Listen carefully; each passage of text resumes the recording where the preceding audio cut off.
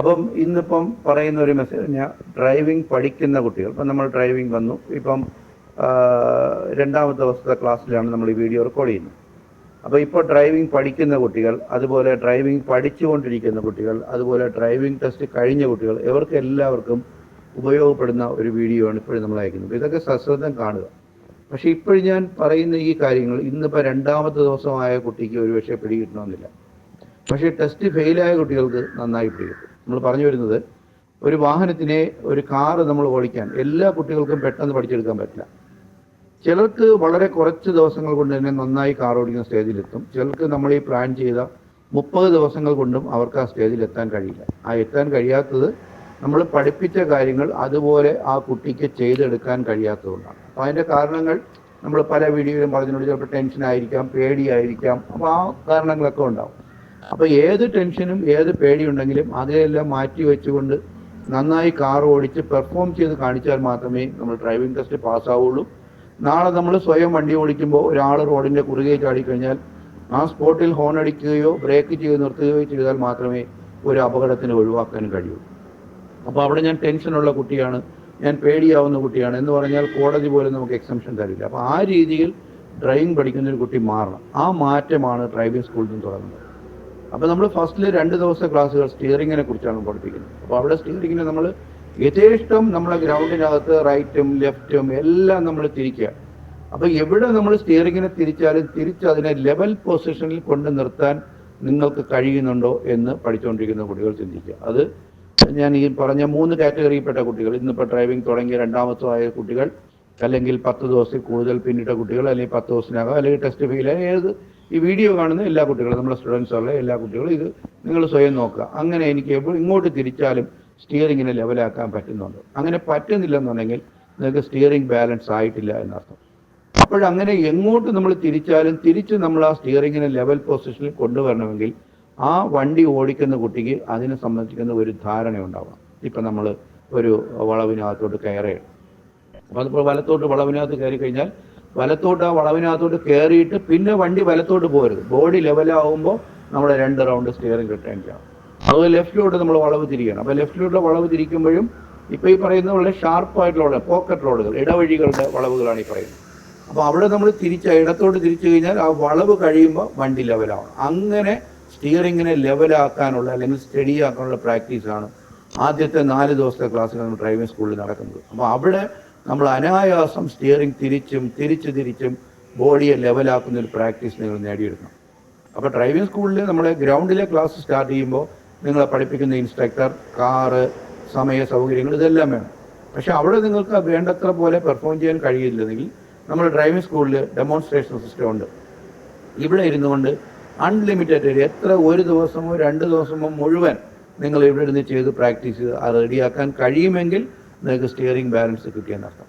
അപ്പോൾ നമ്മൾ ഗ്രൗണ്ടിൽ ഓടിക്കുന്നതും റോഡിൽ ഓടിക്കുന്നതും 2 ഡിഫറെൻറ്റ് എക്സ്പീരിയൻസ് ആണ്. അതവിടെ അങ്ങനെ നിൽക്കട്ടെ. ഇപ്പോൾ നമ്മൾ സംസാരിക്കുന്നത് എവിടെ നമ്മൾ തിരിച്ചാലും ഒരു വണ്ടിയെ ലെവലാക്കുന്ന രീതിയിൽ കൊണ്ടുവരാൻ നിങ്ങൾക്ക് കഴിയുന്നുണ്ടോ. അപ്പോൾ ചില കുട്ടികൾ സ്റ്റിയറിംഗിൽ ബലപ്പിച്ച് കളയും, ചിലർ അതിവേഗതയിൽ തിരിച്ചു കളയും, ചിലർക്ക് തിരിക്കാൻ വേഗത കാണില്ല, ചിലർ 2 റൗണ്ട് ആവില്ല, ചിലത് 2.5 റൗണ്ട് ആയിപ്പോവും. ഇതെല്ലാം നമുക്ക് പറ്റുന്ന ന്യൂനതകളാണ്. ഇതിലെല്ലാം കറക്റ്റ് ചെയ്യുക. രണ്ടാമത്തെ ഒരു അതിപ്രധാനമായ ക്ലാസ്, അതിപ്പം 3-ാമത്തെ ദിവസം നമ്മൾ കുട്ടികളെ പഠിപ്പിക്കുന്നത് ക്ലച്ചാണ്. ഒരു വാഹനത്തിൻ്റെ വേഗത ഏറ്റവും കുറഞ്ഞ സ്പീഡിൽ കൺട്രോൾ ചെയ്യുന്നത് ക്ലച്ച് എന്ന് പറയുന്ന ഉപകരണത്തിലൂടെയാണ്.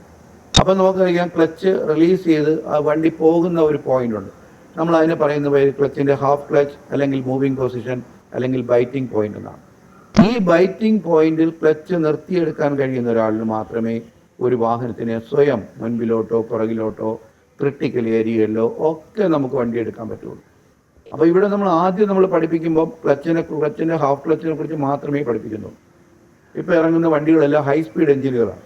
അവിടെ നമ്മൾ ആക്സിലറേറ്റർ കൊടുത്തില്ലെങ്കിലും വണ്ടി തനിച്ച് പോകും. നമുക്ക് ഫസ്റ്റ് ഗിയർ ഇട്ടിട്ട് ക്ലച്ചിൽ നിന്ന് കാലെടുത്താൽ വണ്ടി പോകും. പക്ഷേ നമ്മൾ ഒരു ക്രിട്ടിക്കൽ ഏരിയയിലോ ഒരു കയറ്റത്തോ അല്ലെങ്കിൽ മറ്റൊരു വണ്ടിയുടെ പുറകിലോ അല്ലെങ്കിൽ കാർ ഷെഡിലോ ഒക്കെ നമ്മൾ എടുക്കുമ്പോൾ ഇങ്ങനെ വണ്ടിയെ ഓടിക്കുന്ന ഒരു രീതിയിലാണ് കൺട്രോൾ ചെയ്യുന്നത്. വണ്ടിയെ കൺട്രോൾ ചെയ്യാൻ പറ്റില്ല. അപ്പോൾ വാഹനത്തിൻ്റെ കൺട്രോൾ നമ്മളെ കയ്യിൽ കിട്ടണമെങ്കിൽ നമ്മൾ ക്ലച്ചിൻ്റെ ഹാഫ് ക്ലച്ചിൽ വണ്ടിയെ കൺട്രോൾ ചെയ്ത് നിർത്താൻ കഴിയും. അപ്പോൾ ഈ ഹാഫ് ക്ലച്ചിൽ കൺട്രോൾ ചെയ്ത് നിർത്താൻ കഴിഞ്ഞാൽ ഇതൊരു ഭയങ്കരമായ പരിപാടികളൊന്നുമല്ല, എല്ലാ മനുഷ്യരെ കൊണ്ട് ചെയ്യുന്ന കാര്യമാണ്. അപ്പോൾ അവിടെ ക്ലച്ചാണ് അല്ലെങ്കിൽ ക്ലച്ച് പെടലാണ് അല്ലെങ്കിൽ എഞ്ചിനെ ഡിസ്കണക്റ്റ് ആവണം, അങ്ങനെയുള്ള ചിന്തകളിലോട്ട് പോകാതെ ക്ലച്ച് പെഡൽ എന്ന് പറയുന്ന ഒരു പെഡലിനെ നമ്മൾ എപ്പോഴും ചവിട്ടി താഴ്ത്തുന്നത് സഡനായിട്ടാണ്. അപ്പോൾ അതിനെ നമ്മൾ സഡനായി ചവിട്ടി താഴ്ത്തി അതിൻ്റെ ആ മൂവിങ് പൊസിഷനിൽ നമുക്ക് ഹോൾഡ് ചെയ്ത് നിർത്താൻ കഴിയുമെങ്കിൽ ഡ്രൈവിങ്ങിൻ്റെ കേസിൽ ആ കുട്ടി വിജയിച്ചു. അപ്പോൾ ആ കുട്ടിക്ക് 2 കൺട്രോളായി, steering plus accelerator, steering plus clutch. അപ്പോൾ ക്ലച്ചിൻ്റെ ഹാഫ് ക്ലച്ചിൽ വണ്ടി മൂവ് ചെയ്യുമ്പോൾ 1 പോയിന്റ് ചവിട്ടുന്നു, വണ്ടിയുടെ സ്പീഡ് കുറയുമ്പോൾ 1 പോയിന്റ് ഉയർത്തുന്നു. അപ്പോൾ വണ്ടിയുടെ സ്പീഡ് കുറയുന്നു അല്ലെങ്കിൽ വണ്ടി നിൽക്കാൻ പോകുന്നു എന്ന് നമുക്ക് ഈ പഠിക്കുന്ന കുട്ടിക്ക് തോന്നണം, ആ വണ്ടി ഇപ്പോഴും നിൽക്കും. അങ്ങനെ തോന്നിയാൽ മാത്രമേ നിൽക്കുന്നതിന് മുമ്പ് 1 പോയിന്റ് ഉയർത്തി ആ വാഹനത്തിൻ്റെ മൂവ്മെൻറ്റ് നിർത്താതെ കുട്ടിക്ക് മെയിൻറ്റെയിൻ ചെയ്യാൻ കഴിയുള്ളൂ. പക്ഷെ അത് മനസ്സിലാകാത്ത കുട്ടികൾ നിന്നിട്ടേ എടുക്കുകയുള്ളൂ. അപ്പോൾ അവരാണ് നമ്മൾ ഈ പറയുന്ന ഡ്രൈവിംഗ് പഠിച്ചെടുക്കാൻ താമസിക്കുന്ന കാറ്റഗറിയിൽ പെടുന്ന കുട്ടികൾ. ഇതിനോടൊപ്പം നമ്മൾ സൈലൻ്റ് ആയിട്ട് നിൽക്കുന്ന മറ്റൊരു അതിപ്രധാനമായ ഉപകരണമാണ് ആക്സിലറേറ്റർ. അപ്പോൾ നമ്മൾ ഗ്രൗണ്ടിലെ ക്ലാസ് കഴിഞ്ഞ് നമ്മൾ റോഡിലോട്ട് കുട്ടികളെ കൊണ്ടുപോകുമ്പോൾ എത്രമാത്രം അവരോട് ആക്സിലറേറ്റർ കൊടുക്കാൻ പറഞ്ഞാലും അവർ ഒരു കാരണവശാലും ആക്സിലറേറ്റർ പെടലിനെ ചവിട്ടി താഴ്ത്തുകയില്ല. കാരണം അവരുടെ മനസ്സിനകത്തുള്ളൊരു മിഥ്യാധാരണയാണ് ആക്സിലറേറ്റർ കൊടുത്തു കഴിഞ്ഞാൽ വണ്ടി അപകടത്തിൽപ്പെടും, വണ്ടി പോയി ഇടിക്കും.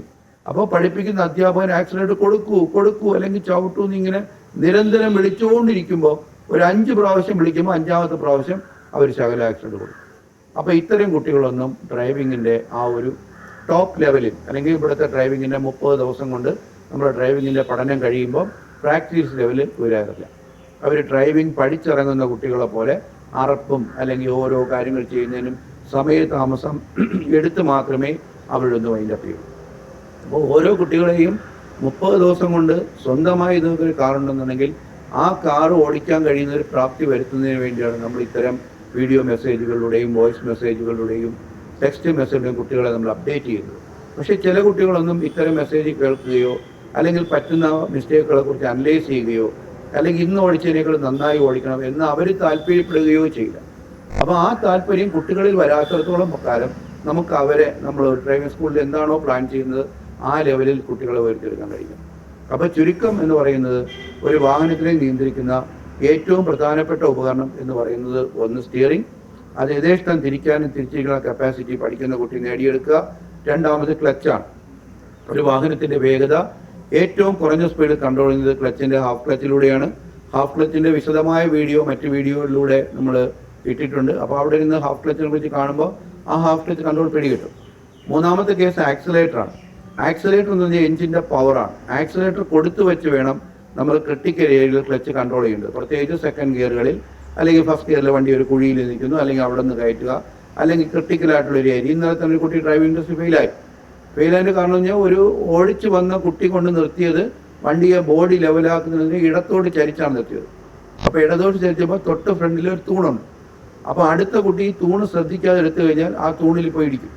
അപ്പോൾ ആ കുട്ടി വലത്തോട്ട് തിരിച്ചെടുക്കണം എന്ന് ആ കുട്ടിക്ക് കയറുന്നതിന് മുമ്പ് ഒരു ഇൻഫർമേഷൻ കൊടുക്കും. പക്ഷേ ആ കുട്ടി കയറുന്ന സ്റ്റിയറിംഗ് റൈറ്റിലോട്ട് തിരിച്ചിട്ട് നമ്മൾ നേരത്തെ പറഞ്ഞ ക്ലച്ച് കൺട്രോൾ ചെയ്യാതെ ക്ലച്ചിൽ നിന്ന് ഒരു ഒറ്റ എളുപ്പം എടുക്കും.